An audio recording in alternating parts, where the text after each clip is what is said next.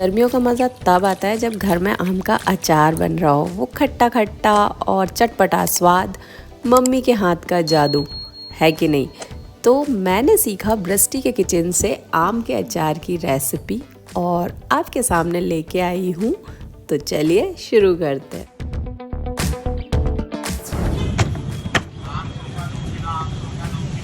दोस्तों, हम रहते हैं इंदौर में और इंदौर से भी दूर थोड़ा सा महू में, और यहाँ पर ना कटे हुए आम मिलते हैं। आजकल तो हर जगह आम नहीं है, एक्चुअल में कैरी, इंग्लिश में मैंगो एक ही शब्द है, बट यहाँ कैरी भी यूज़ कर सकते हैं ना।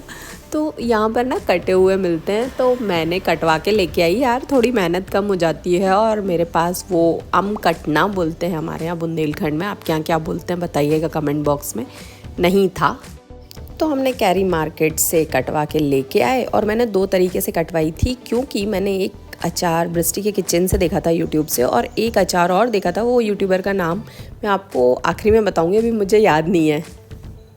उसके बाद ना सारे आम यानी कि कैरी, मेरे मुंह से आम ही निकलता है, हमने अच्छे से धो लिए। ये देखिए मैं प्रॉपर धो रही हूँ, और ये बीच में से ठीक से कटे नहीं हुए थे, तो निकालने में बहुत टाइम लगा मुझे, बट दैट्स ओके, काटने की मेहनत बच। अब दोस्तों, धोने के बाद ना इन कैरी को सुखाना बहुत ज़रूरी है। अगर इनमें मॉइस्चर या पानी रह जाता है तो आपका अचार ख़राब हो सकता है। तो अच्छे से फ़ैन में सुखाइए अगर धूप नहीं निकली है तो। अच्छा, मैं थोड़ा डिटेल में बताऊंगी कि इसके लिए आपको क्या क्या चाहिए अचार के लिए, बट उससे पहले एक बहुत इम्पॉर्टेंट टिप दोस्तों, सारी कटोरियाँ जिसमें भी आप रखें अचार का सामान, उससे पहले सुखा लीजिए अच्छे से, क्योंकि मॉइस्चर बहुत ज़्यादा है अभी, नमी। और यहाँ पर ना बारिश में ही सभी कैरी का अचार डालते हैं, पता नहीं क्यों, कैरी भी यहाँ पे बारिश में ही मिलती है, तो मुझे भी बारिश में ही डालना पड़ा, कोई ऑप्शन नहीं था। सामान तो मैंने सब बाहर से बुलवा लिया है दोस्तों, और बहुत ही फ्रेश बुलवाया था, क्योंकि आप घर पे रखा सामान यूज़ करेंगे तो अचार के ख़राब होने का डर रहता है। आपको लॉन्ग टाइम स्टोर करना है तो सब एकदम फ्रेश ही बुलवाइए, मैंने भी वही किया। अब अचार के लिए आपको चाहिए हल्दी, सरसों, लाल मिर्च, थोड़ी सी खड़ी भी डाल सकते हैं और पाउडर भी डाल सकते हैं, दोनों ही मिला के भी डाल सकते हैं, नमक, मेथी दाना, धनिया पाउडर, धने, खड़े धने लिए हैं मैंने, धनिया पाउडर नहीं लिया है क्योंकि वो अच्छा नहीं लगता है, और सौंफ, और उसके अलावा हींग और काली मिर्च, जो कि बहुत ही ज़रूरी है, बिना हींग के तो अचार अच्छा ही नहीं लगेगा। इसके बाद लास्ट बचा, बताइए क्या बचा? नहीं पता? मैं बताती हूँ, तेल भाई, सबसे इम्पोर्टेंट। अचार मैं सरसों के तेल में डालती हूँ, क्योंकि मूंगफली के तेल में थोड़ा सा आगे चल के अजीब सा स्मेल आने लगता है। आप चाहें तो डाल सकते हैं, आपको पसंद है मूंगफली के तेल में, कम टाइम के लिए स्टोर करने के लिए अच्छा ऑप्शन है।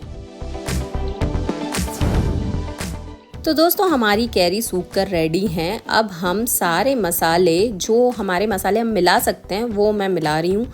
जैसे कि नमक हो गया, हींग हो गया। हींग मैं तेल में गरम करके नहीं डालती हूँ, क्योंकि वो फिर जली स्मेल मुझे अच्छी नहीं लगती है, वो टाइम के साथ पक जाती है तो अच्छी लगती है। फिर मैं इसके बाद डाल रही हूँ हल्दी, और फिर मैं डालूँगी लाल मिर्च,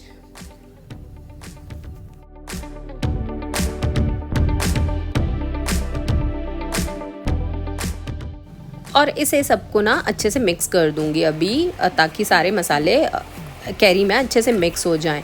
और ना एक इम्पॉर्टेंट चीज़ मैंने करी नहीं है, जो मैंने दूसरा जो अचार डाला है ना उसमें करी है।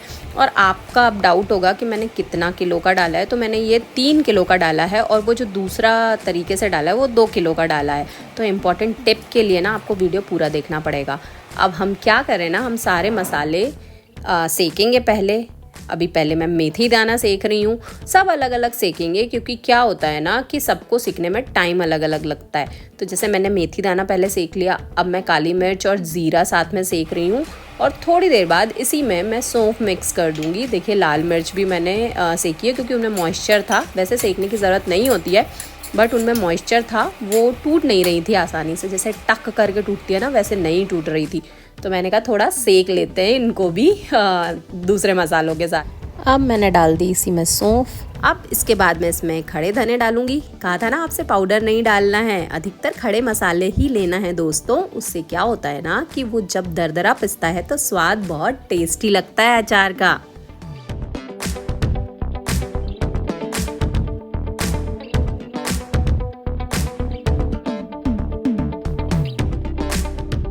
सॉरी यार, मैं अजवाइन बताना तो भूल ही गई। अजवाइन भी डाली है मैंने और वो जल्दी सिक जाती है, इसलिए सबसे आखिरी में सेक रही हूँ उसको।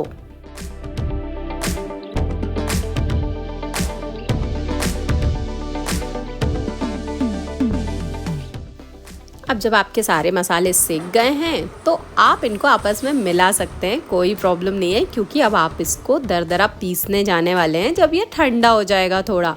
और गैस बंद कर देंगे। और क्योंकि ये पैन मेरा गरम है तो इसी में मैंने डाल दी है राई। और राई को जो पीली वाली सरसों होती है ना वो डाली है। हमारे यहाँ राई बोलते हैं, आपके यहाँ क्या बोलते हैं कमेंट में बताइए। आप चाहें तो काली राई का भी बना सकते हैं, मतलब काली सरसों का भी। और जो फुल वाली पीली सरसों आती है, मतलब गोल होती है जो, उसका भी बना सकते हैं। मैंने जो है वो जो हाफ कट सरसों रहती है ना उसका अचार डालना मुझे अच्छा लगता है, तो वही लिए मैंने। और इसको हल्का हल्का सेक लीजिए, ये बहुत जल्दी जल जाती है, तो इसको गैस बंद करके या एकदम सिम फ्लेम पे सेकिएगा। देखिए सिक गई मेरी सरसों। और मैंने थोड़ी सी मिक्स कर दी, थोड़ी सी बचा ली, अलग थोड़ा सा ट्राई कर रही हूँ मैं। दिखती ज़रूर हूँ यूट्यूब से, मगर कुछ अपना दिमाग भी लगाती हूँ। रोस्टेड मसाला ठंडा हो चुका है, अब मैं इसे मिक्सी में पीस लूँगी। गरम में पीसेंगे ना तो आपकी मिक्सी को नुकसान हो सकता है, या फिर ढक्कन अचानक से खुल सकता है अगर आपके हाथ में नहीं है मिक्सी का ढक्कन। तो ओके, मतलब अगर आपने हाथ से प्रेस करके नहीं रखा है तो हमेशा ठंडा होने पे मसाला पीसिए और दरदरा पीसिए। सबसे ज़्यादा इम्पॉर्टेंट है अचार के लिए। अगर आपने ना एकदम बारीक पीस दिया तो आपको अचार बिल्कुल टेस्टी नहीं लगेगा। पिसा मसाला अचार में डालने के बाद इसमें मैं ऊपर से राई डाल दूंगी। अब मैं गरम करूंगी तेल उसी पैन में। सारे काम एक ही बर्तन में, कम बर्तन करो, धुलने के लिए भी कम बर्तन जाएंगे। जब तक सरसों का तेल गरम हो रहा है तब तक मैं अचार में जितने मसाले मैंने मिलाए थे ना सबको अपने हाथों से अच्छे से मिक्स कर लूँगी। जी हाँ, हाथों से मिक्स करिएगा। कहते हैं ना हर हाथ का स्वाद अलग होता है, तो चम्मच लगाएंगे ना अगर अचार के मसाले में तो आपको वो स्वाद नहीं आएगा। तो हाथों से अच्छे से मिक्स करिए और बस गरम तेल इस पे उड़ेल दीजिए। जी हाँ, हो गया आपका अचार तैयार। कितना इजी है ना अचार बनाना। बट आप अगर किसी और को देख के बनाते हैं ना अचार, कोई और बना रहा है, तो आपका फ्लेवर थोड़ा डिफरेंट आता है। बस इसलिए मैंने ब्रिस्टी जी के किचन से देख के ये रेसिपी बनाई है। बस इसमें मैंने एक चीज़ ऐड नहीं करी है, वो मैं अभी आपको थोड़ी देर में बताऊंगी।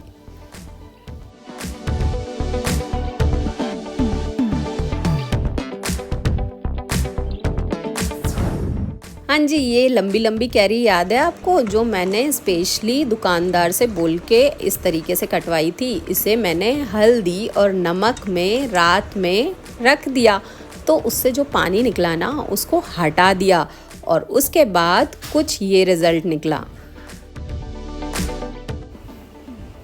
अच्छा दोस्तों, मसाले तो सारे वही डलेंगे, बस कुछ ऐड ऑन हो जाएगा। लाइक कलौंजी मैंने डाली, काला जीरा जिसको बोलते हैं।